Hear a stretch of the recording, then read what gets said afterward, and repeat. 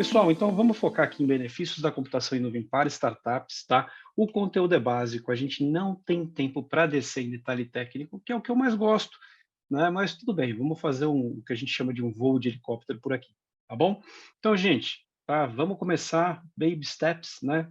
Vamos começar do começo, tá? Então, turma, quando eu trabalhava só lá no on-prem, né? On-prem é como a gente define, a gente chama de on-premises ou on-prem, a estrutura tradicional de data center, né? Então, aquela que você tem lá um data center dentro da sua empresa, ou que você aluga espaço dentro de algum lugar para colocar o seu hardware, né? No caso do colocation, ou em casos que você aluga ali, você faz hospedagem completa, né? Então, você pega um data center, faz hospedagem completa, às vezes de meia dúzia de servidores, racks, cages, salas, né? Quem sabe? Então, tudo isso daí eu vivenciei. Então, a gente costuma chamar isso de on-premise, ou seja, no local, tá bom? Então, esse no local, gente, várias vezes vai ser sem querer. Eu vou fazer assim, on-premises embaixo e nuvem em cima. Tá? Então, toda vez que a gente pensa em nuvem, a gente está subindo, a gente está mandando, né, para uma outra infraestrutura, tá? E, gente, afinal, o que é nuvem? Tá? Nuvem é algo que eu alugo de outro, então eu vou alugar ali poder computacional, storage, rede, banco de dados de alguém, tá ok? Então, gente, antes da computação em nuvem, a gente tinha bastante problema ali na hora de fazer, por exemplo, olha, tem que fazer o capacity planning para 2024, tá? Legal. Bom, vamos olhar o que aconteceu nos últimos 2 anos para tentar projetar o que vai acontecer para frente. E a gente fazia as nossas compras de hardware e software baseadas nisso, né? Em geral, a gente procurava ali por picos sazonais e era aquele pico onde a gente ia comprar, tá? A gente gastava um montão de dinheiro para comprar lata, colocar dentro de um data center, né? E manter aquilo alimentado com energia, resfriado, com ar-condicionado, né? E com toda a parte ali de controle de incêndio, enfim, gases, aquela coisa toda, né? Extintores de incêndio, um monte de coisa que vem junto ali, tá? Então, a gente comprava pelo pico, gastava um montão de dinheiro. Tá legal? Outra coisa também, capacidade dos recursos. Então, você ia comprar um storage. Legal, esse storage estende até qual tamanho? Como esse storage escala? Né? Ah, legal, eu comprei storage, na época tinha SCSI, né? Depois logo veio fibra. Né? Então, legal, então eu vou comprar o quê? Vou comprar o tal do SCSI, vou comprar fibra, como é que eu vou fazer para essas coisas comunicarem?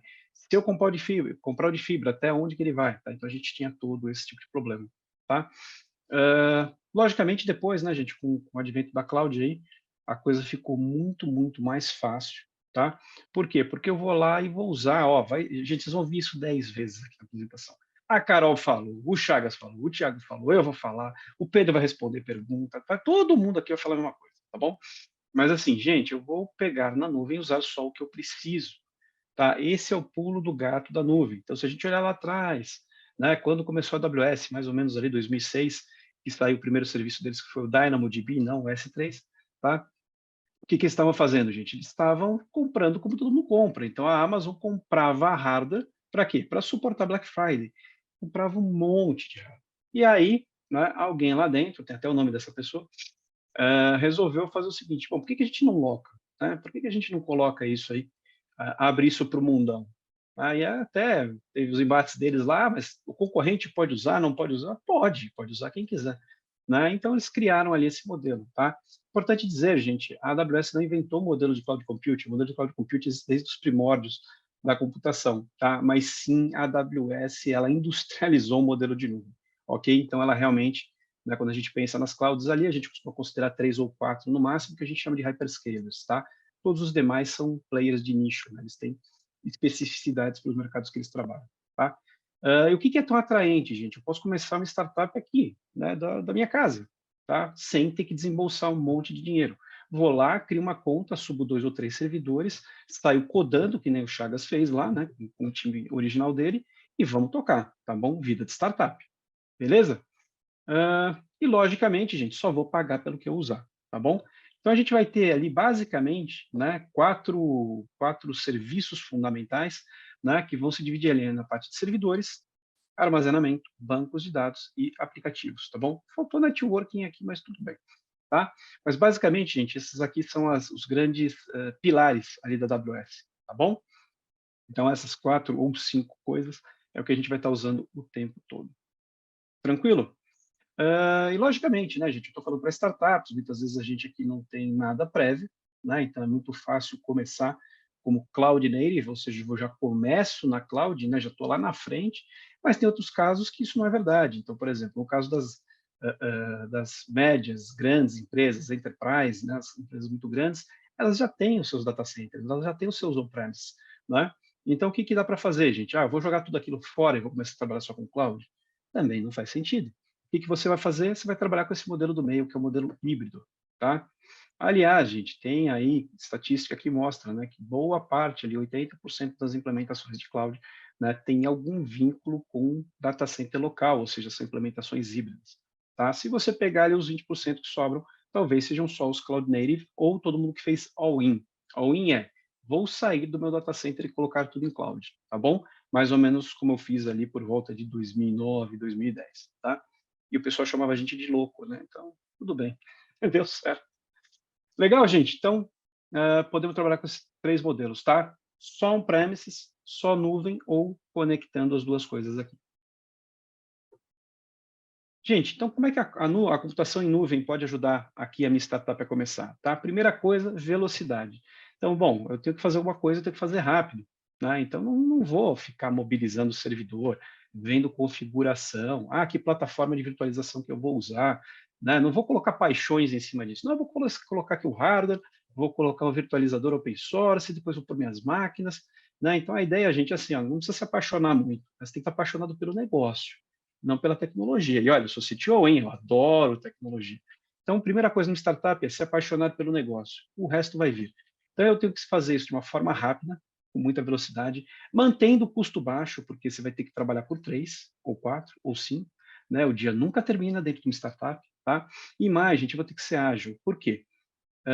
Chegou um cara de business com a ideia, chegou um cara técnico que vai vir a ser o CTO, e chegou o seed money, chegou aquele primeiro dinheiro para começar. Tá bom? Pode ser um family friends, pode ser uma aceleradora, pode ser o pessoal da Ace, eu não sei. Né? Você conseguiu aquela grana. O que você vai ter que fazer, gente? Vai ter que dar um jeito de colocar essa coisa no ar. Só que quando você coloca essa coisa no ar, muitas vezes você sai com um MVP. Né? E esse MVP ele leva um tempinho para ficar pronto. Não dá para ser tudo tão instantâneo. Quando esse MVP vai no ar, que você começa a testar ele na rua, ou seja, começa a ter acesso, você entende que, opa, tem coisa que não está legal. Preciso mexer um pouco aqui, preciso mexer um pouco ali. Né? A gente começou a trabalhar com um determinado perfil de cliente, não deu certo, agora preciso trabalhar com outro perfil de cliente e por aí vai. Tá? Só fazendo um paralelo, você mencionar nome, uma das startups, né, que eu estava lá na nascente dela, né, então uma marketplace de serviços, então a gente pegou e falou, bom, vamos fazer o Uber de serviços, né? Quem precisa de serviços se encontra com quem fornece os serviços e está tudo bem, né? Gente, se cadastrou tanto motoboy na plataforma que a gente pegou e fez outro aplicativo para motoboy, tá? Então, olha que maluquice. Daria para a gente fazer isso se eu não tivesse agilidade? Né? Daria para fazer isso se eu tivesse que mobilizar data center? Né? A resposta é não. Ok? Então, gente, quais são as grandes vantagens aí da AWS? Tá? Economizar nos custos de infraestrutura, então eu começo já um padrão, uma régua altíssima, né, lá em cima de infraestrutura. Tá? Tenho ganhos aí tremendos na produtividade dos desenvolvedores. Tá? A gente sempre vai ver muito aqui desenvolvedor, né, gente? Mas hoje o mundo é assim, é o DevOps. Né? Então, o cara que era administrador de sistemas agora é o cara de operação. Né? E o desenvolvedor, ele também andou um pouco para esse lado da operação, do mesmo jeito que o cara da operação precisou entender um pouco de desenvolvimento. Tá? Então, essa coisa do DevOps, que hoje já anda junta, tá? Quando eu comecei na TI, era uma guerra. Né? Então, não faltava desenvolvedor falando, olha, na minha máquina funciona. Aí você punha no ambiente de desenvolvimento, ia mais ou menos, homologação menos ainda, e produção não entrava. Tá? Então, quando a gente pensa, bom, tenho lá uma AWS para usar, para fazer, né, pipeline, etc. Tenho a Amazon que roda em cima da AWS e deploy, a gente tem um número absurdo, é na casa dos alguns milhares de novas funcionalidades por dia naquele site da Amazon. De novo, alguns milhares de novas funcionalidades por dia. Tá? Isso é público, é fácil de achar. Então, gente, isso é muita produtividade, tanto para o desenvolvedor quanto para a operação. Tá bom? Que mais, gente? Melhoria de disponibilidade, segurança e conformidade. Tá? Então, pô, eu canso aqui meu dia a dia, né, enquanto parceiro da AWS, é fazer migração, a gente faz muita migração, e muitas vezes você simplesmente tirar a migração de uma boa hospedagem, não vou falar hospedagem ruim, tá? Hoje as hospedagens são boas, mas tirar de uma boa hospedagem e colocar na cloud, você já começa com ganhos de disponibilidade. Meio que assim, ó, a máquina não cai. Tá? Eu já tive cliente meu falando, pô, mas essa máquina aqui, o uptime dela está com 2 anos e alguma coisa. Eu falei, e né? Tipo, para mim estava meio normal, né? Por quê? Porque eu tô tanto tempo já dentro disso, gente, que eu já nem lembro como eram os problemas de antes, né? Aquela coisa de, olha, como é que chamava? Um watchdog, né? Tinha lá um watchdog para desligar os serviços à noite, para liberar a memória da máquina, porque né, dava um startupzinho ali na máquina para ela voltar bem no dia seguinte, tá? Isso acabou, gente, tá? Isso aí não existe mais, beleza?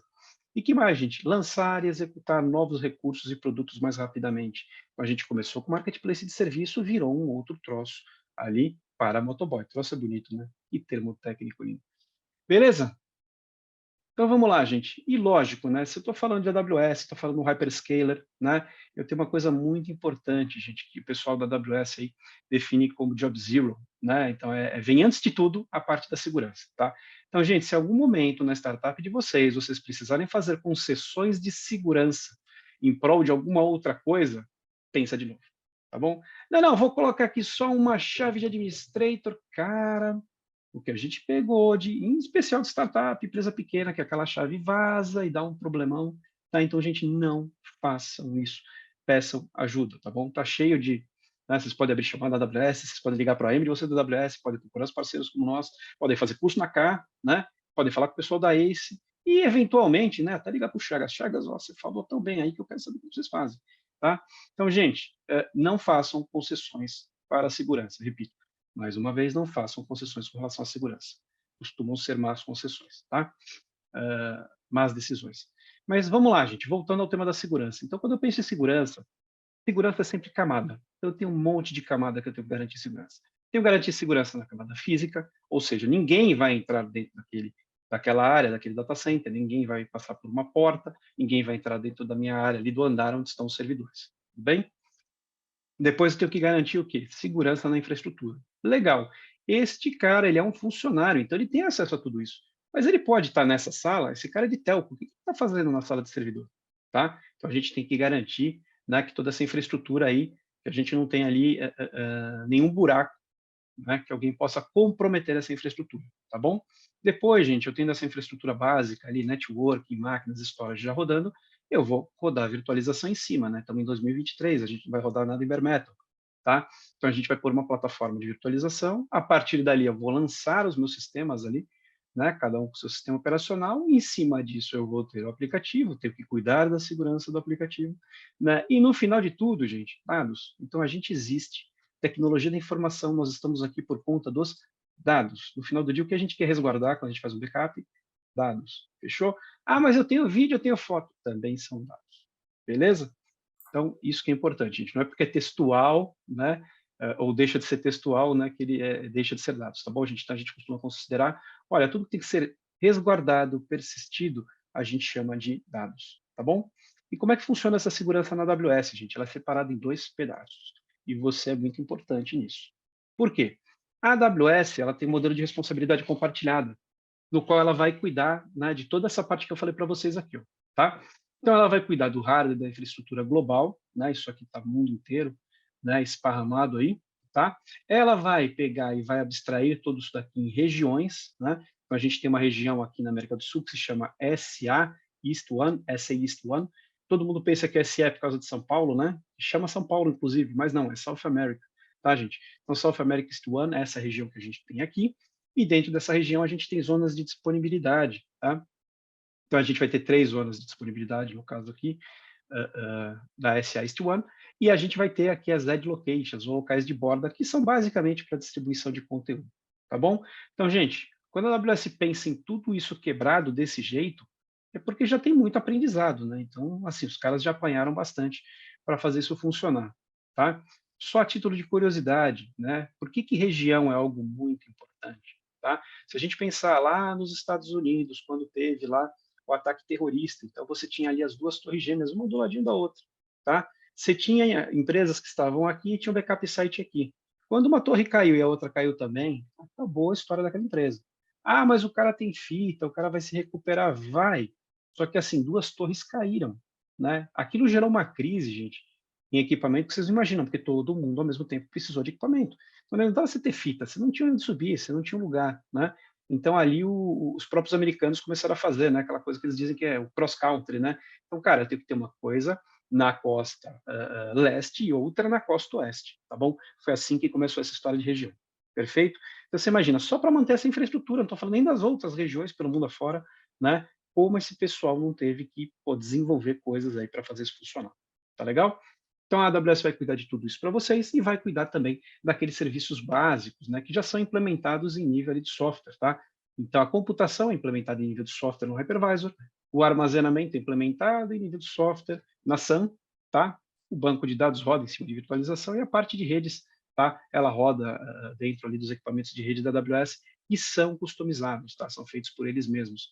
Né? Depois, se tiverem curiosidade, procurem saber, né? Eles têm backplane com uma velocidade diferente, enfim, tem uma história bem legal por trás da parte de redes da AWS, né? E como ela foi disruptiva ao não adotar equipamentos de mercado, tá bom? Então, ela tomou vários riscos aí ao longo da história, e essa aí para os técnicos, né? É uma bem interessante, tá? Então, gente, esse é o pedaço que a AWS vai cuidar para você, beleza? Tem a outra metade da história, que é a nossa responsabilidade enquanto cliente, a sua responsabilidade enquanto cliente, tá bom? Então, você é responsável por garantir, né, que a parte de autenticação esteja ali legalzinha, funcionando bem, né? Porque não adianta nada eu pegar e criar uma conta no banco e pendurar aqui, né, um post-it com meu usuário e senha, né? Não vai ser muito legal, tá bom? Então, gente, vocês têm que garantir que a autenticação esteja sendo tratada de forma segura. Vocês têm que garantir que vocês habilitaram as opções de criptografia. Tá? E aqui eu faço um heads up. Gente, não tem nenhum ônus dentro da AWS por habilitar criptografia, tá bom? Então, se eu for lá e habilitar a criptografia do RDS, do meu banco de dados, ou do meu EBS, do meu disco, eu não pago nada mais por isso, tá? Tampouco eu tenho penalty de performance, tá? Todo esse ônus, gente, fica por conta da AWS, tá? E por que ela faz isso? Porque ela quer que a gente habilite criptografia, tá bom? Mas a gente tem que ir lá e escolher que quer criptografar, até porque a gente vai ter que gerar chaves, tá bom? Então, isso para a criptografia de recursos em repouso, lá no disco, né, paradão, e também a parte de tráfego, né, gente? Então, o famoso HTTPS, tá?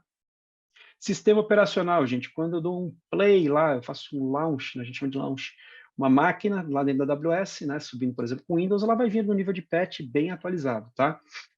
Então, a AWS já vai te entregar uma máquina muito boa, tá? Dali para frente é contigo, tá? Se você subir uma máquina, não aplicar nenhum patch, abrir todas as portas para a internet, cara, não tem o que fazer, tá? Então, ó, sistema operacional, rede, firewall, tá contigo, beleza? Não adianta depois, invadiram a minha máquina, mas a AWS era super segura. Sim, ela é super segura, tá? Mas não adianta nada, de novo, né? Eu tenho uma casa fortificada e eu pego e deixo a porta aberta, não vai funcionar, tá bom? Então, gente, vocês precisam realmente se educar, tá bom? Estão fazendo isso hoje, né? Olha que legal. E por fim, lá em cima, né, gente, a fina nata, né? Então, os dados, gente, então sempre os dados, tudo acontece por causa desses beneditos dados, tá bom? Então, gente, responsabilidade compartilhada. Fechou? Então, a AWS cuida de uma parte, vocês cuidam da outra. Beleza, gente? Vamos falar agora rapidinho aqui para vocês aqui de Cloud Value Framework. Então, gente, o que a gente quer dizer com Cloud Value Framework, tá? Ou seja, framework de valor em nuvem. Né? Tudo que a gente pensa framework aqui, né, entre os técnicos, pô, é algo que eu uso para desenvolver algo, né? Então, framework de desenvolvimento, framework de entrega, framework de qualquer coisa, então é quase uma metodologia, tá? Então, se a gente pensar em framework, então, o que eu estou recebendo ali de valor a usar a cloud, tá bom? Então, quando a gente para pensar nisso, eu posso quebrar de várias maneiras, né? Mas a AWS quebrou aqui em 4 pilares, tá legal? Que eu achei bastante interessantes aqui também. Então, ela quebrou em redução de custos, né? Então, estamos falando de startup, né, gente? Nós de startup somos tudo duro, né? Então, temos que tomar cuidado, tá? Produtividade de equipe, a gente tem que garantir, gente, que as pessoas, né, estão realmente empenhando bem o tempo delas. Resiliência operacional, tá? E agilidade empresarial, tá, gente? Esse para mim é o termo mais esquisito, tá? É business agility, né, do inglês, então é a velocidade do negócio, ou seja, né, quão rápido você consegue se adequar, tá bom? Vamos pensar assim, apesar do termo estar meio esquisito. Então, gente, primeira coisa, né? O que eu vou ter ali a partir do momento que eu crio uma conta na AWS, tá? Eu tenho acesso a todos esses recursos, tá? Então, eu posso subir uma máquina, né? Quando a gente fala poder computacional, é realmente colocar a máquina no ar, colocar ali funções, né? Function as a service, os lambdas da vida para rodar. Então, qualquer coisa que me ofereça processamento, eu chamo de poder computacional, tá? Vou ter também armazenamento, sem armazenamento não tem como subir nada, tá? Banco de dados ali providos como serviço, tá? Então, simplesmente subo um banco de dados e uso esse banco, pego a porta dele lá e uso, tá? Machine Learning, inteligência artificial, gente, então a gente está vivendo aí, né? Até pouco tempo atrás era a era dos dados, né? Então a gente falava muito ali de Big Data, etc. E agora o que aconteceu? A gente deu um zoom nisso, né? Então, a gente tem Big Data, a gente tem ferramentais para Big Data, né? Então, Machine Learning é ferramental para Big Data, tá? Inteligência artificial também, né? Até um está meio que contido dentro do outro, dá para ir embora com esse assunto. Beleza? Então, é bem interessante, tá? O ferramental lá realmente é, assim, cutting edge da tecnologia, né? O mais avançado que vocês podem encontrar tá ali dentro da AWS, tá? Analytics, né? Então, database e analytics e muito mais. Então, tem mais de 200 serviços aí, tá? Para a gente se divertir. Então, gente, pagar apenas pelo que for necessário, tá? Então, o que vai acontecer quando eu subo alguma coisa lá na AWS? Eu subi uma máquina pequenininha, tá? Eu vou pagar por aquela máquina pequenininha. Pô, estou tendo mais acesso, está crescendo aqui o meu aplicativo, né? Estou conseguindo onboardar, né? Trazer mais usuário para dentro. Legal, eu posso pôr uma máquina maior. Daqui a pouco eu ponho mais máquinas, uma do lado da outra, faço uma escalabilidade horizontal, né? Que é o modelo de melhor prática para cloud, né? Ao invés de eu ter grandes máquinas e fazer escalabilidade vertical, tá? Escalabilidade vertical é isso, gente. Eu vou pondo máquinas maiores, né? Eu faço escalabilidade horizontal, ou seja, máquinas menos custosas, só que em maior número, tá bom? Então a ideia, gente, é que eu pague realmente pelo que eu estou usando, tá? Então eu vou somar todas as horas desses servidores no final do mês, vou multiplicar pelo valor hora dessas máquinas e vou ser cobrado naquilo, tá bom? Então eu realmente pago apenas pelo que eu estou usando. Fechou? Acesso a serviços inovadores a um preço muito baixo, tá? Gente, isso aqui tem uma terminologia muito mais ah, ah, ah, muito mais palpável se a gente pensar em democratização, tá? Então, o que acontece, gente? Com a escala da AWS, ela começou a democratizar serviços que antes só eram acessíveis por grandes empresas, né? Então, se a gente parar para pensar, né, a gente tem lá o SageMaker, né, que eu posso usar para rodar, para treinar meus modelos de machine learning, né, para fazer predições ali a partir de dados históricos. Gente, usar isso hoje é muito fácil, né? Antigamente você tinha que colocar um cluster no ar, né? Antes disso, você tinha que ter especialistas. Antes disso, era quase experimental, era fechado ali dentro da área acadêmica, né? Então, eu acho que assim, uma coisa ímpar que tem na AWS é o talento que esse pessoal tem de pegar coisas complicadas e transformar em serviço, tá? Então, realmente é algo fora da caixa, tá? Então, ali a gente pode realmente, né, sair do nada, tá? E eu posso rodar um banco de dados lá dentro, né? Posso rodar banco de dados open source, tá? Como é o caso do PostgreSQL, ou posso rodar até banco de dados ali, pagos, né? Então, eu posso rodar um SQL Server, tá? Ou um Oracle já com a licença incluída. Beleza, gente? Então, isso é bem poderoso. Ah, eu já desenvolvi aqui, minha startup começou agora, né? Mas eu tenho um monte de coisa aqui do PLSQL que eu vou levar para dentro, né? Legal, então traz para dentro do teu Oracle e começa, tá bom? Que mais, turma? Ferramentas de gerenciamento. Então, a gente tem todo um rol ali de ferramentas do SSM, né? Dentro da AWS, que é para a gestão do teu parque, tá? Então, você pode ver nível de patch, ver como é que estão as máquinas ali, como é que elas estão se comportando, né? Se tem máquina caindo muito, como é que está a CPU, memória, etc. Né? E por aí vai, tá? Então, é bem interessante. A gente tem ferramenta demais lá, demais, tá? Então, o grande lance é, bom, se eu tenho uma ferramenta, né, no caso do gerenciamento, que cuida, talvez, dentro da Amazon de dezenas de milhares de máquinas, por que eu não posso disponibilizar isso para todos os meus clientes, tá, gente? Então, o que é mais legal é a Amazon usa a mesma coisa que a gente usa no dia a dia da AWS. Então, quando a gente fala, tem um load balancer aqui, cara, igualzinho o que está lá na Amazon. Fechou? Então, isso é bem legal de pensar que, né, aqui não tem casa de ferreiro espeto de pau, tá, turma? Os caras eles fazem a coisa para valer. Legal? Que mais, gente? Produtividade do time, tá? Então, produtividade da equipe, tá? Bom, se a gente está contratando técnicos, sejam eles desenvolvedores, né? O time de operação, tem muito mais gente, né, gente? Tem DBA, engenheiro de dados, cientista, tá? A gente está sendo um pouco reducionista aqui por conta do tempo, né? Mas quando eu trago esse pessoal, o que que eu quero, gente? Eu quero que o cara fique trabalhando em prover infraestrutura, ou eu quero que o cara trabalhe, né, no objeto fim para o qual ele foi contratado, tá? Se eu preciso de desenvolvimento para entregar uma funcionalidade nova, quanto mais tempo o desenvolvedor estiver desenvolvendo, mais valor eu estou agregando, tá bom? Então é uma descoberta meio óbvia, né? Então é o que as companhias aéreas descobriram, né? Lá algumas décadas atrás, né, cara, avião em solo é problema, né, avião tem que estar voando, então o tempo de solo dele tem que ser mínimo. Aqui é a mesma coisa. Então, cuidar de aspectos de infraestrutura tem que ser o mínimo possível, tá? Eu vim da infraestrutura, né, e muitas vezes eu estou falando com pessoas aqui que às vezes têm um pouco de medo. Ah, eu vou perder meu espaço, eu vou perder meu lugar. Não, cara, o espaço fica muito maior, tá? Então, o administrador de sistema, que nasceu originalmente como administrador de sistema, esse cara virou arquiteto, né? E o que tem de demanda por arquiteto, gente, o que tem de demanda por arquiteto não para. Por quê? São mais de 200 building blocks, eu preciso saber encaixá-los, tá bom? Então, gente, é muito importante, tem espaço para todo mundo, tá? Então, o lance é, bom, focar na produtividade, tá legal? E como é que eu vou fazer para focar na produtividade? Bom, primeira coisa, né, tirar a carga operacional, tá? A ideia é que a gente realmente tente automatizar o máximo possível, né? Desculpa, não sei o que eu já mencionei.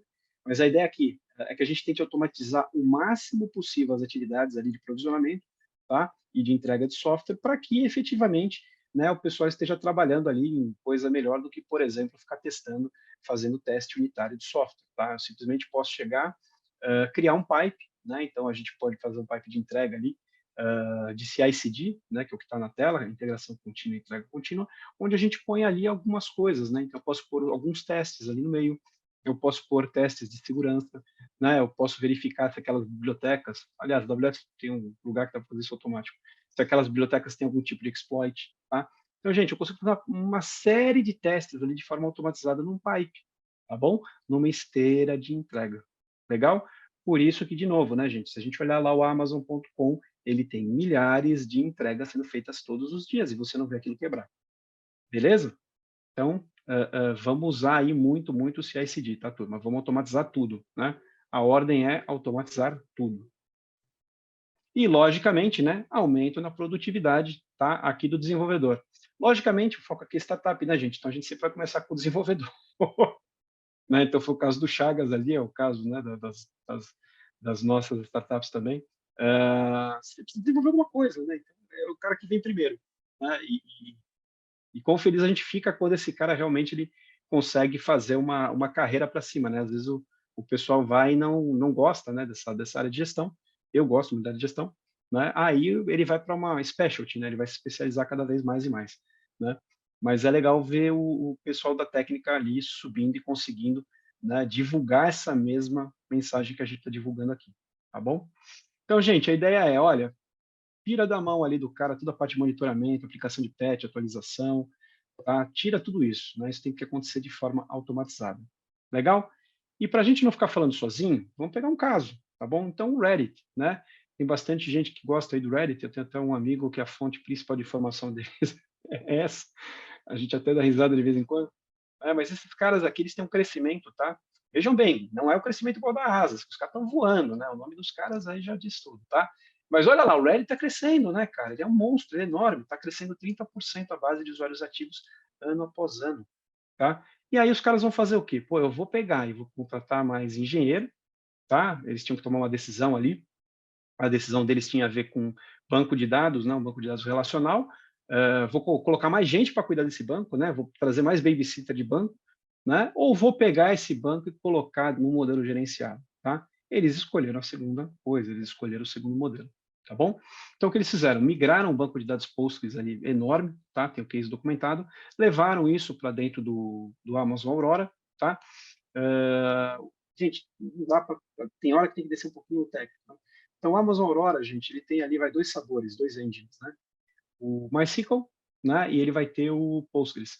E o que eles fizeram? Eles realmente fizeram um trabalho muito legal dentro da AWS de desacoplar a parte de storage, né? Então, eles conseguiram levar esses dois bancos ao nível que a gente chama de Enterprise Ready, né? Então, ele tem um nível Enterprise, tá? Ele não perde para nenhum outro banco licenciado. Fechou?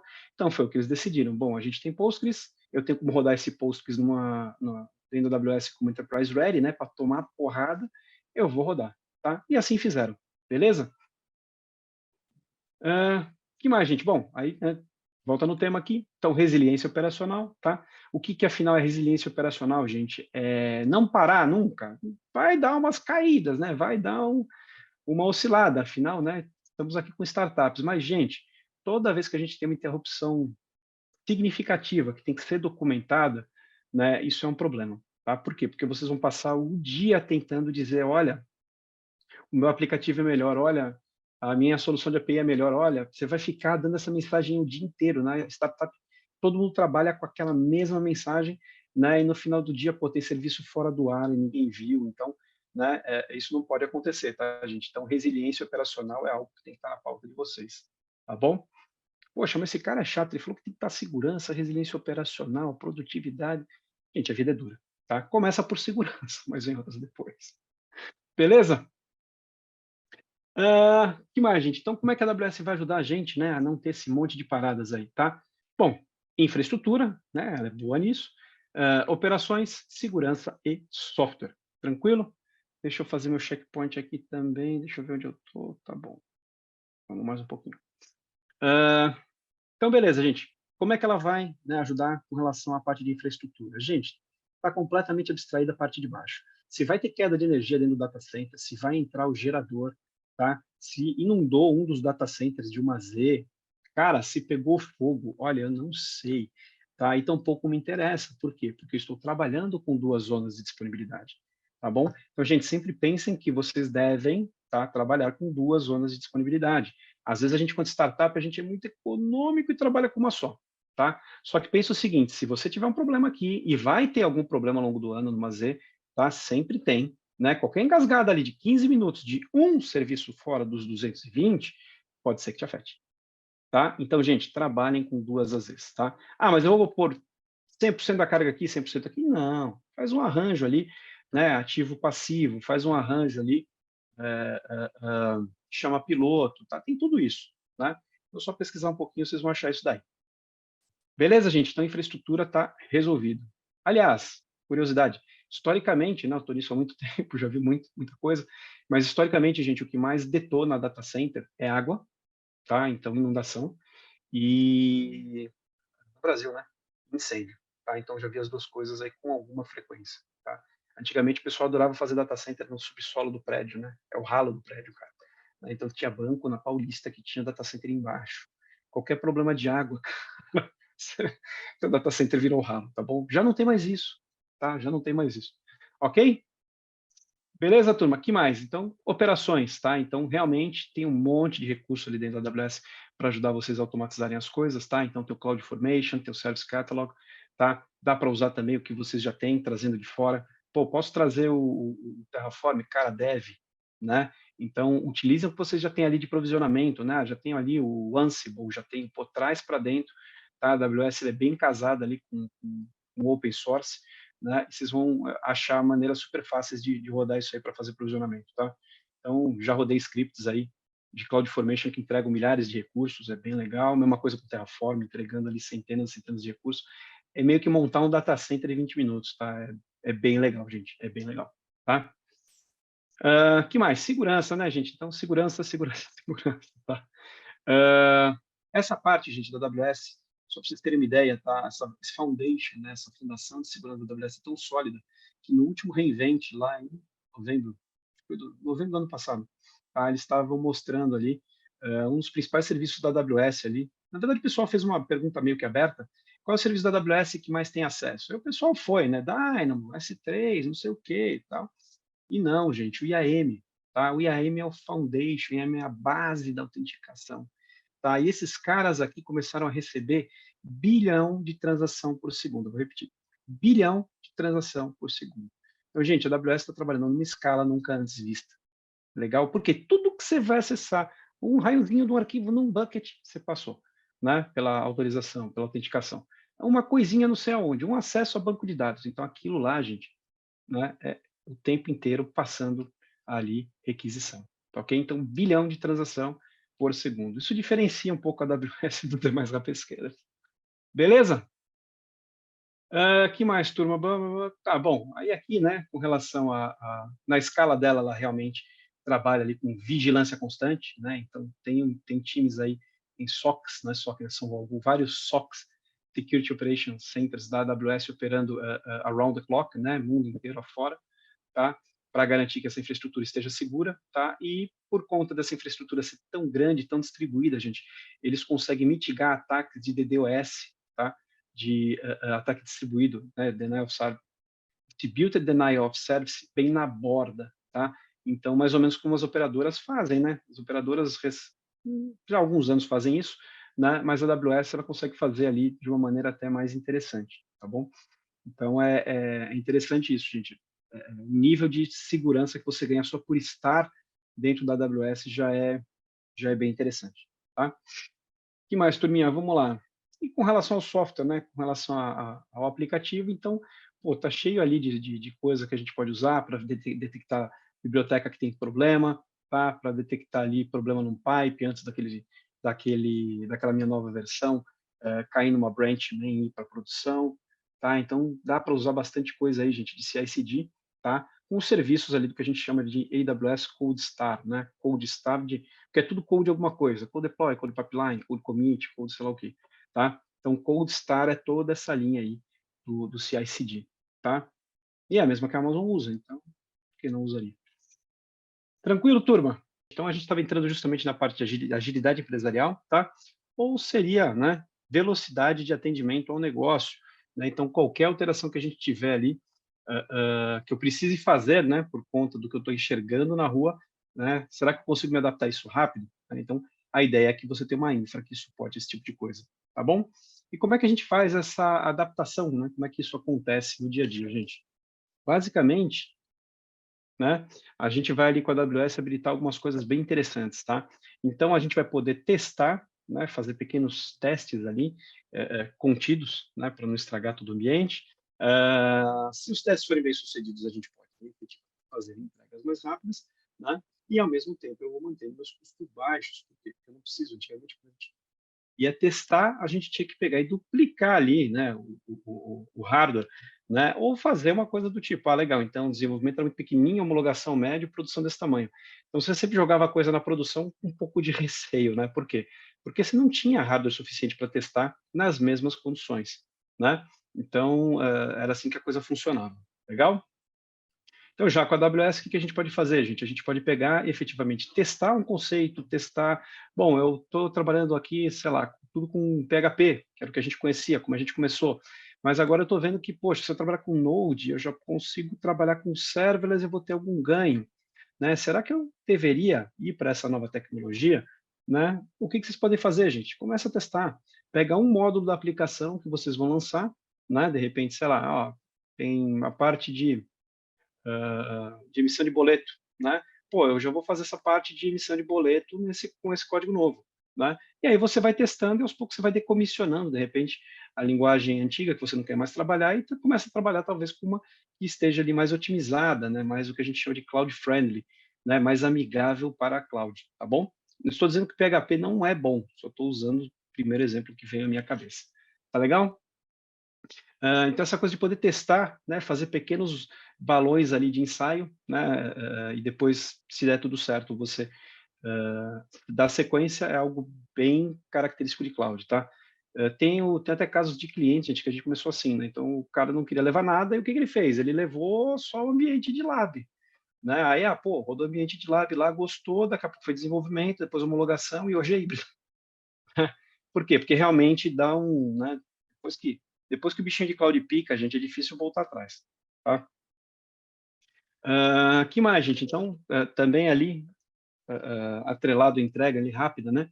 Com esse aspecto de gerar valor ao negócio de maneira contínua, tá? Então, entregar esses novos recursos de uma maneira mais rápida, né? Então, conforme eu vou me mexendo ali na AWS, vou entendendo como aquilo funciona, qual é o jeitão da cloud, eu começo já a mudar um pouco a minha cabeça, né? E paro de fazer coisas, por exemplo, single server, né? Ou coisas que demandem muito tempo de execução. Começo a entender que eu posso desacoplar pedaços do meu software, né? Trabalhar modularizado, tá? Então a coisa começa a ficar mais interessante. Tranquilo? Que mais, gente? Bom, manter os custos básicos, né? Então isso aqui, os custos baixos, né? Então isso aqui é o preceito básico de qualquer startup, tá? Então, quando eu estou lá fazendo pequenos testes, né, eu consigo também ver qual que é o impacto daquilo no meu custo. Então, poxa, de repente eu vou sair aqui de uma plataforma, estou trabalhando tudo com servidores discretos, né, máquinas virtuais, e resolvi que eu vou trabalhar com container, vou containerizar tudo. Subo lá o serviço de containerização da AWS, né? Tem dois lá, subi um deles, Coloquei e vi que, poxa, do jeito que está, se eu não mexer em nada de código, não vai performar bem. Eu vou precisar de mais poder computacional no meu cluster do que efetivamente com máquinas isoladas, né? Então aí você consegue fazer esse tipo de teste. Ou rodar por uma semana para ver o que, que dá, tá? E aí você acompanha o custo. Tranquilo, gente? Então até isso dá para fazer, né? Roda só uma amostra ali para ver o que, que vai dar. Tranquilo? Gente, fazer uma demo aqui muito rápido, tá? É uma brincadeira só, né? Então, colocando o site altamente disponível no ar em poucos minutos, né? Então, a gente tem o serviço da AWS, que é o S3, que ele é o serviço de armazenamento de objetos, só que no final do dia ele acabou ali ganhando tanta funcionalidade que ele é muito mais do que isso, tá? Então, ele é o burro de carga ou cavalo de batalha ou workhorse, né? Que nome que vocês querem dar não importa muito, mas ele é um serviço ali da AWS bastante utilizado e dá para, gente, tá fazendo um monte de coisa só com S3, tá? Então, casos de uso do S3, né? Posso armazenar ali toda a parte estática do meu site, posso colocar sites inteiros lá dentro, tá? Posso usar para fins de backup, né? E por aí vai, ok? Então, vou fazer o seguinte, fazer uma demo aqui para vocês, coisa bem rápida, né? Porque, poxa, foi um treinamento todo, nunca ter visto um console é meio feio, tá? Então, gente, estou aqui dentro de uma console da AWS, tá? Estou no serviço aqui do Amazon S3, eu criei um bucket, tá? Bucket é esse lugar, é um balde, né? Esse baldezinho que eu crio para jogar os meus arquivos aqui dentro, tá bom? Então, o que que eu vou fazer, gente? Eu vou pegar simplesmente aqui, vou habilitar dentro desse bucket aqui uma característica que é de Static Website Hosting, tá? Então, vou dar um edit aqui, vou falar, olha, habilita para mim a parte de hospedar site e eu vou criar um cara aqui que, sei lá, minha primeira página, né, é o index.html, tá bom? Salvo isso daqui. Aí vamos lá, falei para vocês que segurança é um negócio importante, né? Então olha que interessante. Por padrão, o bucket, gente, ele vai bloquear todo acesso público, tá bom? Então eu tenho que dizer para a AWS o que eu quero fazer. Olha, eu não quero mais bloquear o acesso público, tá? E vou salvar. Aí ele fala, ó, você tem certeza do que está fazendo? Eu falo, sim, eu tenho certeza. Por quê? Isso é um site, eu quero que ele seja público, tá bom? Então, eu vou lá, confirmo a alteração que eu fiz, tá? E a partir desse momento, gente, ele já vai me pôr um flag aqui, ó. Esse bucket chamado Nuvem para Startups, ele está público, ele tem acesso público, tá bom? Então, ó, ele já deixa tudo vermelho para falar, olha, você sabe mesmo o que você está fazendo, né? No meu caso, eu sei o que estou fazendo, o que, que eu vou fazer? Eu vou vir aqui e vou efetivamente publicar o meu site, tá bom? Então, gente, o meu site é só é uma brincadeira, é um HTML bem bobinho mesmo, tá? Deixa eu ver aqui, ó. Tá, então eu vou subir uma pagininha lá, bem boba, venho aqui, faço o upload, né? Poderia estar mandando, por exemplo, o site inteiro em React, né? Então, ó, vou fazer upload de uma index.html, jogo lá, e tá feito, tá, gente? Pronto. Tô com o meu site, né, minha página aí no ar, vamos ver se esse troço funciona. Venho aqui em propriedades, pego aqui a minha URL, tá? Então eu vou copiar essa URL, vou abrir uma nova aba do browser e vamos ver se funciona, tá? Então fechou, gente, ó, tô com o meu site aí no ar, tá bom?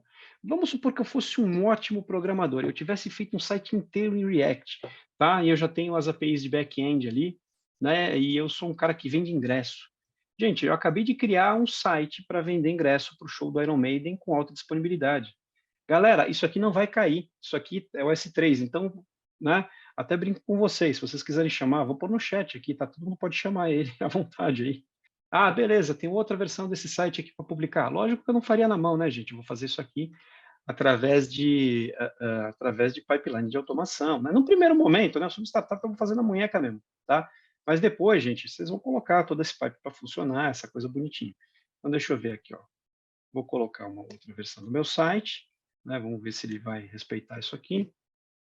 Tá? Essa minha nova versão do site, ela é super inovadora, ela tem aqui um PNG, tá? Então, vamos ver o que acontece. Subir, beleza, minha nova versão do site, vou vir aqui, vou dar um refresh, pronto. Então, a minha nova versão do site agora tem ali uma imagem, seja lá o que for. Tá bom, turma? Então, para vocês terem ideia de que realmente a coisa é bem tranquila, é bem fácil, não precisa ter medo, né? Ah, não, tem 200 serviços, né? Tem muito serviço. Está aqui, ó, tem serviço a dar com pau, tá bom? Mas a gente vai começando a construir o conhecimento de baixo para cima. Vamos pegar aqui um estudinho de caso, então, bem rápido, tá? O caso da Money Smart, né? Então, o que que é essa turma, tá, gente? É um portal financeiro lá da Ásia, né? Um pessoal que atende ali Hong Kong, Singapura, Taiwan, né? Um monte de gente lá, tá? Eles já atendem mais de 100 milhões de pessoas, então, assim, entendo que realmente é algo muito grande, né? Para ser o maior portal financeiro do Sudeste Asiático, né? Tem milhões ali de usuários, não é algo trivial, tá bom? Então, a gente está com tá com esse case, e aí, lógico, né? Eles sempre ficam ali revisitando as coisas, né? E se perguntando, bom, a gente está fazendo o melhor uso do nosso dinheiro? Cada dólar que eu pago para a AWS, eu estou tirando o valor de negócio o valor de negócio que eu espero, né? Então, não estou desregulado, pagando muito, recebendo pouco, ou ao contrário, tá? Então, eles vão estar sempre buscando isso. E aí, gente, entra um conceito aqui que a gente chama de right sizing, tá? Right sizing em português é dimensionamento correto, tá? Ou seja, a gente buscar ali, varrer a conta, né, em busca de desperdício. Pô, será que eu provisionei máquinas muito grandes, né? Ou será que eu provisionei máquinas muito pequenas e por conta delas estarem ali aquém do trabalho, eu estou colocando muita máquina em paralelo, né? Então, tudo isso vocês vão ter que pesar, né? Para saber, né, identificar se está tudo em ordem ou não. Tá legal? Isso, logicamente, é um processo de melhoria contínua, né, que a gente tem que estar sempre revisitando, tá, gente? Economia, né, essa parte de FinOps, Financial Operations dentro de Cloud, né, que essa parte de otimização, né, desse billing, é um trabalho contínuo, gente, tá? É que nem cortar unha, né? Aliás, quem trabalha, quem é administrador sempre diz, né? Cortar custos é que nem cortar unha, né? De vez em quando ele cresce sozinho, de vez em quando você vai ter que ir lá e cortar, é a característica desse negócio. Então, a gente tem que estar revisitando isso o tempo todo, tá bom? Gente, em geral, quando a gente vê o cliente ali, né, chega e fala, poxa, eu estou gastando muito, que isso, que aquilo, né, você chega a dar uma olhada, né, se ele não fez nada com relação à otimização, é muito fácil de achar o que a gente chama de grama alta para cortar, né? Então, você fala, pô, mexe nisso, mexe naquilo, tal, tal, tal, e rapidinho você consegue devolver ali a conta do cliente para o que ele espera que seja, tá bom, gente? Então, tem que tomar muito cuidado com o desperdício. Então, é tudo muito fácil, muito rápido de provisionar, mas requer, por outro lado, governança, tá bom? Então, gente, governança e startup é água e óleo, né? Não se mistura. Tem um dev, e aquele dev ele quer ter acesso a tudo, e daqui a pouco o time cresceu, ele está ali com, né, 500 pessoas junto com ele, e ele quer fazer do mesmo jeito, não vai dar, né? Então, gente, quanto mais gente chegar na startup, mais vocês têm que valorizar governança, tá bom? Isso vai acontecer naturalmente, porque o custo vai começar a subir. Fechou, turma? Tranquilo? Vamos lá. Então, como é que o pessoal lá da Money Smart faz, né, para ver se tem alguma coisa errada, tá? Errada não, se tem sobra, né? Tem recurso sobrando e dinheiro faltando, né? Então, eles vão analisar as faturas, tá? Vão efetivamente entender ali os padrões de custo, tá? A gente vai ver daqui a pouco algumas ferramentas da AWS que ajudam a gente nisso. E olharam e falaram, bom, gente, tem coisa aqui que está superdimensionada, né? Que de repente a gente pode trabalhar com auto-scaling, né? Que é essa coisa de põe mais recurso em paralelo quando precisa e decomissiona recurso quando não precisa. Tá? É uma sanfona, vai ficar o dia inteiro fazendo isso. Põe mais máquina, de noite tira máquina. Põe mais máquina, de noite tira máquina. Tá bom? Então eles olharam para isso, né? Começaram a entender quais eram os padrões e aí começaram a trabalhar com isso que a gente chama de elasticidade. Essa sanfona é o que a gente chama de elasticidade. Então, a minha oferta de servidores ela está adequada à demanda que eu estou recebendo. Então, a rua está me demandando muito, né? No caso da empresa de motoboy, durante o dia, cara, no começo do dia da manhã ali é um pico. Todo mundo querendo pegar a primeira corrida para sair de casa já com carga, né? Então, tem muito. Depois, na hora do almoço, os deliveries de almoço e mais para o final do dia. Chega umas 8 horas aqui esfria, né? Então, pô, eu vou deixar um cluster com 50 servidores rodando à noite? Não, à noite roda com 3, tá bom? De verdade, gente, a escala é quase essa, 3, 50, 3 sozinho, tá bom? Então, isso é bem interessante. Então, gente, a elasticidade vai ajudar a gente no quê? Desmobilizar os recursos desnecessários, aumentar e reduzir quantidade, né? Crescimento horizontal, tá? Aumentar e reduzir tamanho, tá? Então tem estratégias aí, tá? Um pouco menos automatizadas, mas tem estratégias de crescimento vertical, tá? Eu posso rodar com um banco menor durante o dia, um banco maior durante a noite? Dá, tá? É um pouquinho mais difícil de atingir do que o horizontal é mais fácil, tá? Mas também dá para brincar com isso, tá? Vai bastante scripting, né? Mas funciona, tá bom, turma? E, logicamente, né, o que eu vou querer é monitorar e provisionar esse recurso de forma dinâmica. tá? Então, eu não quero ter que ficar eu lá escolhendo se são 3 máquinas ou 50, não. Largo o negócio sozinho. Eu falei que eu vou vender ingresso para o show do Iron Maiden às 9h06 da noite. Beleza, cara, 9h06 começou, valendo, tá? Que venham todos, que venha toda a carga, que venham os servidores, tá bom? E aí, turma, eles analisando ali, o que que eles viram, tá? Logicamente aqui os dados, né, eles reduziram o estudo lá, por exemplo, uma instância, um banco, né, para não abrir números, tá? Mas dá para ter uma boa ideia, né? Então, por exemplo, quando eles olharam, falaram o seguinte: olha, eu posso pegar e reduzir esse, sei lá, essa máquina aqui verticalmente, ou desligar, né, eventualmente desligar essas máquinas no meu ambiente de homologação, tá? Fora do horário útil, né? Então, o que que eles fizeram, né? Se vocês olharem o número de horas do mês, são 744 horas do mês, tá? O que que eles fizeram? Eles colocaram scripts lá para, né, ou robô ou qualquer coisa, para ligar e desligar o ambiente de homologação deles, tá? Então, nisso, gente, por servidor, eles passaram a economizar 300 horas por mês, tá bom? Só ligando e desligando o servidor, né? Então, olha que interessante, está uma economia tremenda, né? Isso para startup é bem importante. E olha como que é essa elasticidade aqui, né? Esse comissionamento e decomissionamento de recursos, olha como isso teve impacto no billing dele, né? Então, aqui tem o billing dele, ó, ele vinha numa constante, tá? Então, para aquele determinado tipo de máquina, né? Filtradinho ali, uma máquina só para fazer o case, ele vinha ali mais ou menos $40 por dia, e ele começou a ligar e desligar, ó. Olha a semana descrita aqui, gente, tá? Então, final de semana está desligado, ó, claramente. Tranquilo? Então, logicamente que isso trouxe ali ganhos enormes para esse pessoal, tá bom? Que mais, gente? Bom, então essa coisa de reduzir, né, ó, você pode reduzir os custos até 70%, né, em comparação a 24 horas por dia. Então, se eu tenho cargas que são comerciais, como a gente diz, né, que rodam ali só durante o dia, poxa, né, por que não usar o meu autoscaling, tá bom? Beleza, então, já falamos aqui do autoscaling, né? E aí, gente, vamos falar sobre modelo de preço, tá? Modelo de precificação aqui. Eu tenho, né, quando a gente começa, a gente sempre vai nas coisas sob demanda, tá? E é esse primeiro modelinho que está aqui, tá? Instância sob demanda.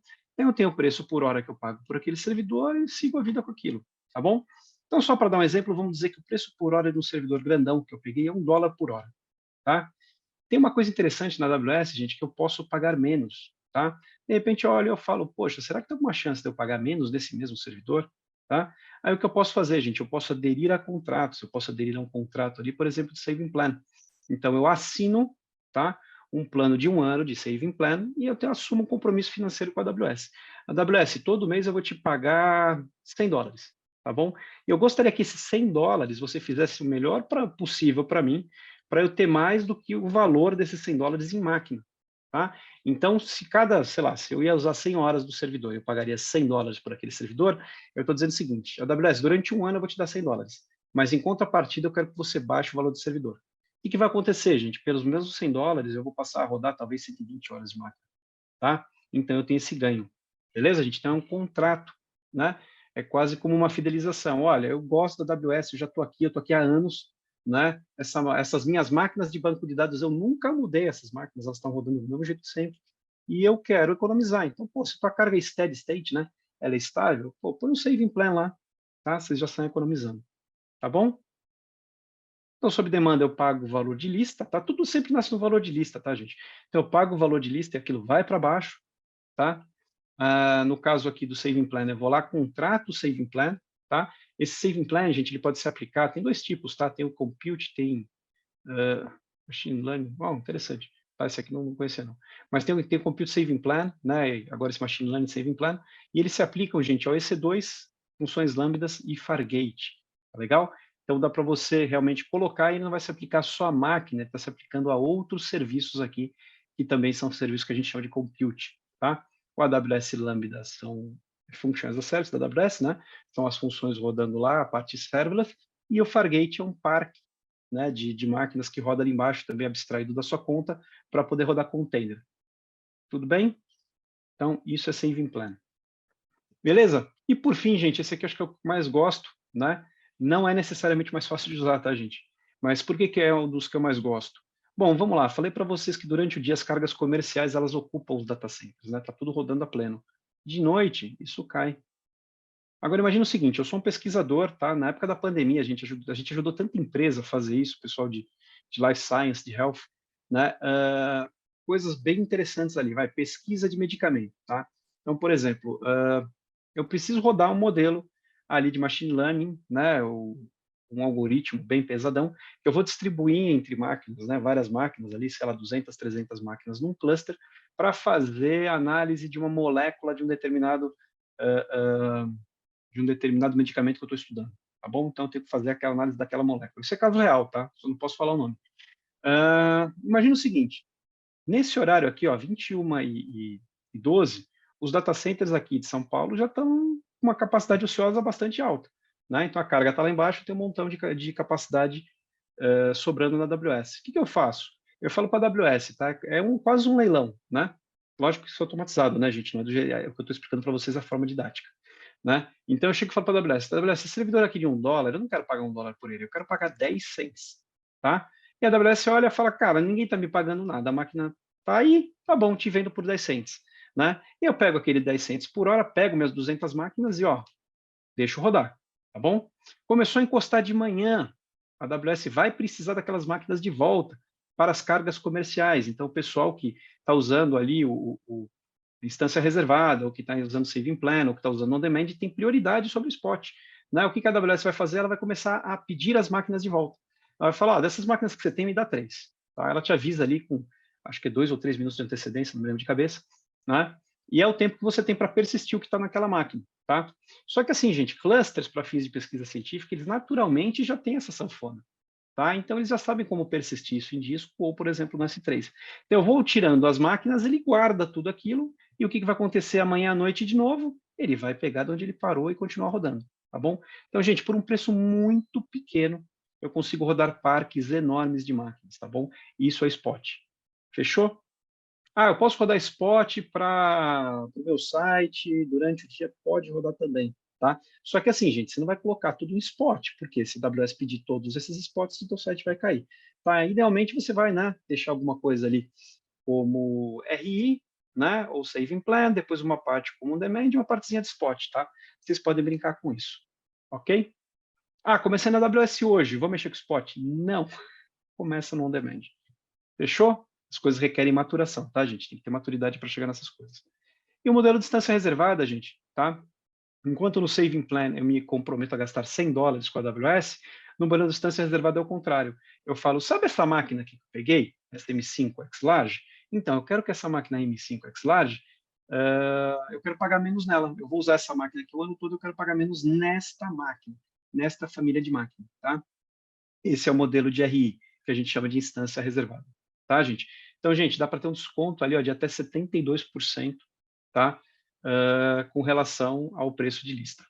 Beleza? Por quê? Porque eu estou dizendo para a AWS o seguinte, a AWS, eu vou usar todas essas máquinas aqui, eu vou usá-las ao longo do ano. Então, você vai me cobrar eu usando ou não. Fechou? Então, gente, se eu peguei, comprei 2 RIs para uma máquina só, eu vou estar pagando por 2, tá bom? Então, eu sempre compro RIs de forma justa ou menos do que a carga que eu tenho. Fechou? Para não ter desperdício, tá bom? Esses tópicos são avançados, tá, gente? Eles aqui realmente para um curso básico é só voo de helicóptero, tá? E eles estão aqui para contextualizar, né, o que o pessoal da Money Smart fez. Então eles pegaram lá o RDS e colocaram reserva de distância. Então, olha, esse banco monstruoso que eu tenho aqui no RDS, cara, eu vou usar isso aqui o ano inteiro, tá? Então, a AWS faz o seguinte, eu não vou nem mexer nisso, cara.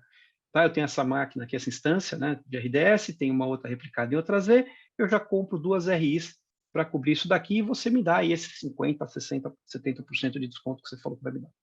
Tá? Então, aqui no caso deles, né, didaticamente falando, tá, eles passaram a ter uma economia ali, tá? Então, eles saíram de um custo sob demanda ali de $1.153, né? Passaram a economizar $240 em cima, tá, gente? Ou seja, é muita grana, tá? É o que é 22%, 21%, sei lá, tá? É muito dinheiro sendo economizado. Fechou?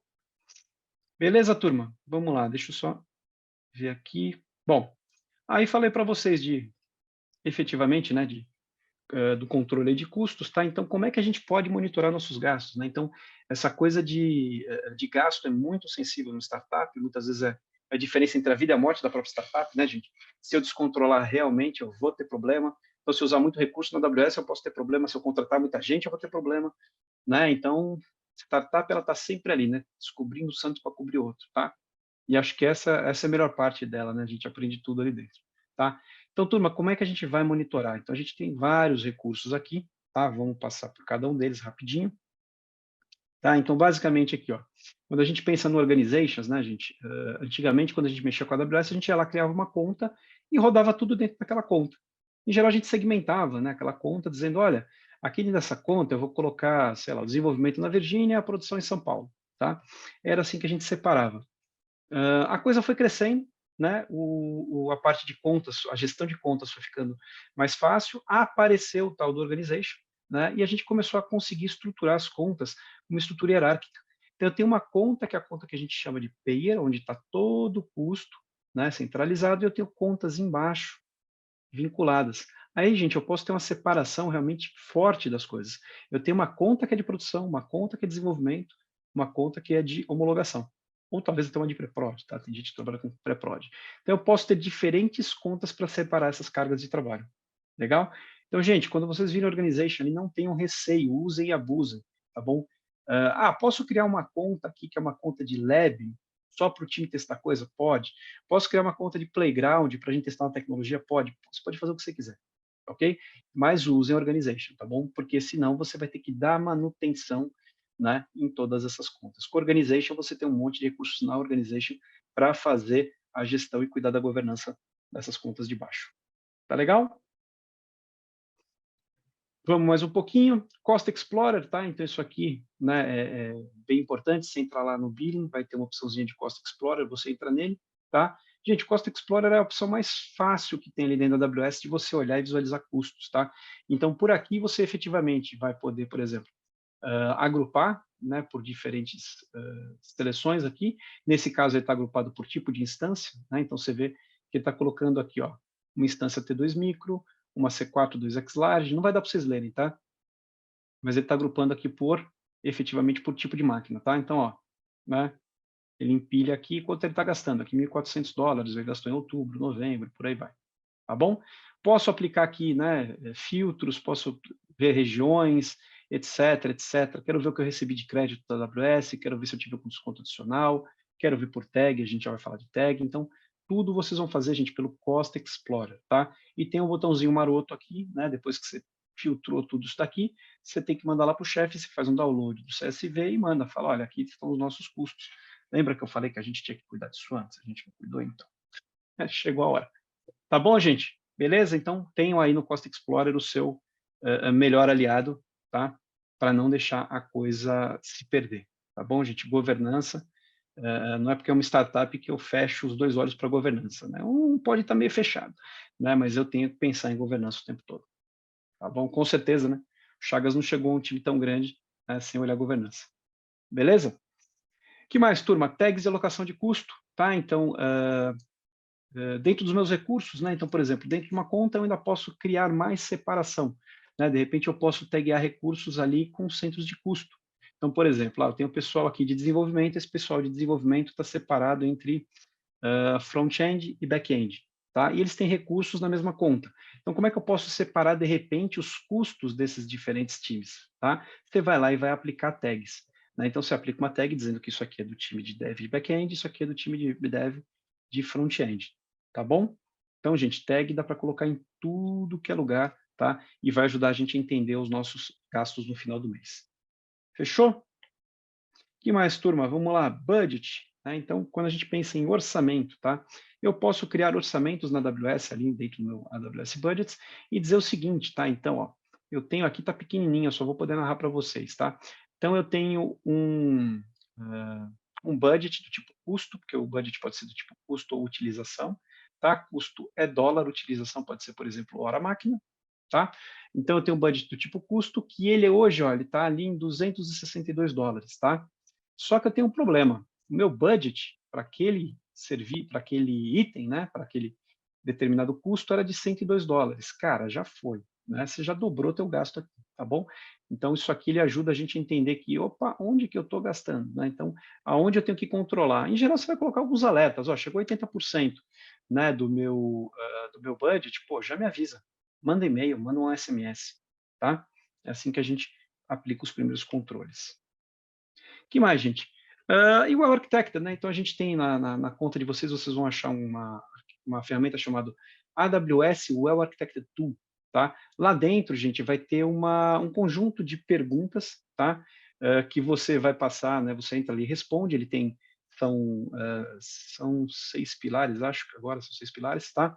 Você vai passar por perguntas nesses diferentes pilares e você vai respondendo para saber qual que é o teu grau de aderência às melhores práticas da AWS, tá? E aí no final vai ter um relatório lá dizendo, olha, você tem aqui alguns issues, né, alguns problemas que eles são de alto risco, por exemplo, e você deveria endereçá-los agora, tá bom? Então deem uma xeretada lá no AWS, né, Well Architected Tool, tá bom? A gente também chama de WAF, só que se eu colocar o WAF vai aparecer o WAF do Web Application Firewall. Então procura Well Architected, beleza? E vamos lá, gente, vamos, né? Ao invés de eu só ficar falando aqui, vamos pôr mais gente para falar, tá? Então vamos pegar, vai ter um videozinho, tem 2 vídeos aqui do pessoal fazendo depoimento, tá? Um é da B42, tá? Que é uma startup na área de educação. Então eles têm todo um aparato lá para treinamento de professores, tá? Um caso bem legal. E vamos ver aqui, ó. Erre o mais rápido possível, porque você erra pequeno, você não tem custos altos e você tem uma grande carga de experiência nisso. Como nascemos já nativos na nuvem, o ponto principal, ainda mais sendo uma startup, era o custo. E poder testar ideias rápido, escalável, e a AWS permite, pela utilização sob demanda, eu subir máquinas, testar coisas e pagar somente pelo que eu estou utilizando. Se eu fosse resumir minha experiência com a AWS em uma frase, eu diria: você não está sozinho.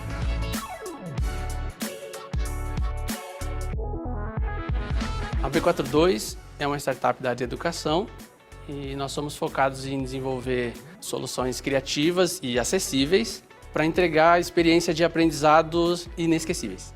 Como a gente tem o intuito de transformar a educação, a gente entende que devemos começar na raiz. Temos uma plataforma para formação de professores, que é o EducaSpace. Também temos um aplicativo baseado em microlearning para a formação de professores. Ele é totalmente filantrópico, se chama EducaBox. E recentemente esse aplicativo ganhou uma versão de skill de Alexa. Eu sou Rafael, sou co-founder da B42 e eu atuo como diretor de TI, mas também programador, DevOps, suporte, porque nós somos uma startup e somos enxutos. A parceria com a AWS começou pela necessidade simplesmente de guardar nossos materiais no storage.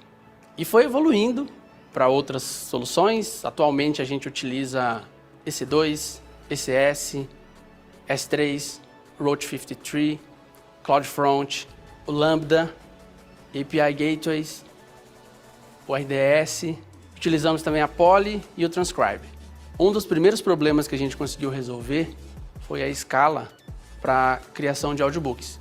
Nós levávamos de 2 a 3 dias e com a AWS a gente consegue produzir no mês mais de 400 audiobooks. Um outro ponto é que a gente conseguiu solucionar a rastreabilidade e a categorização dos nossos objetos de aprendizagem.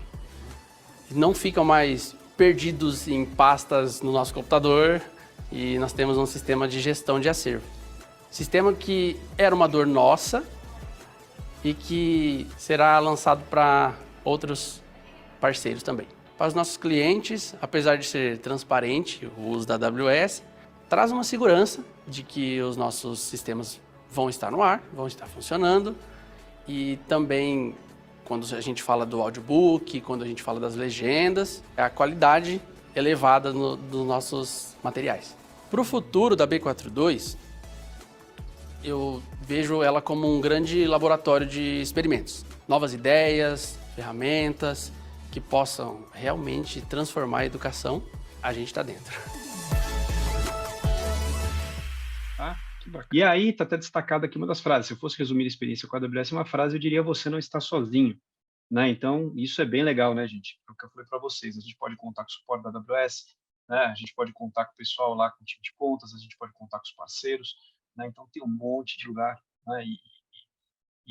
Até o pessoal mencionou aqui, né? A documentação, gente, que a gente usa, a documentação aberta é a mesma que o arquiteto da AWS usa lá dentro, tá bom? Lógico, né? Se ele acessar o time de produto, tem mais coisa, mas a documentação é igual para todo mundo. Então, tá todo mundo sempre em pé de igualdade com relação ao conhecimento, tá? E isso é muito legal. Por quê? Porque a gente não perde tempo com coisa que todo mundo já aprendeu, né? Você só vai dali para frente. Legal? E tem um outro case aqui também, gente, um outro videozinho, tá? Que é da LingoPass, né? Então é bem interessante isso daqui, ó, 95% da infraestrutura em nuvem, né? E tá na narração aqui, né, da pessoa que vai falar, que eles reduziram, né, disponibilidade de 2 horas semanais para 2 horas ao ano, tá? Então é uma plataforma de capacitação aí em diversos idiomas, né? Nós revolucionamos o mercado a cada dia. Então você está inserido num contexto onde a empresa está acompanhando essas mudanças e trazem as melhores soluções, as mais up-to-date que nós temos no mercado, eu acho que isso faz toda a diferença. Tanto na troca entre empresas, quanto a troca da AWS com a gente. É uma relação de segurança de que nós estamos recebendo o melhor e o mais tecnológico do mercado.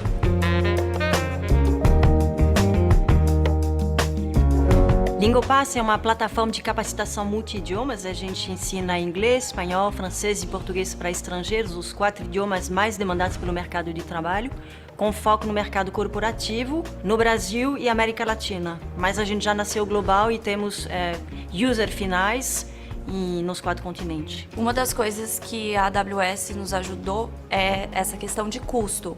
Nós saímos de 250 alunos teste e nós fomos para 20 mil na base e 3.600 alunos ativos sem um aumento excessivo de custo.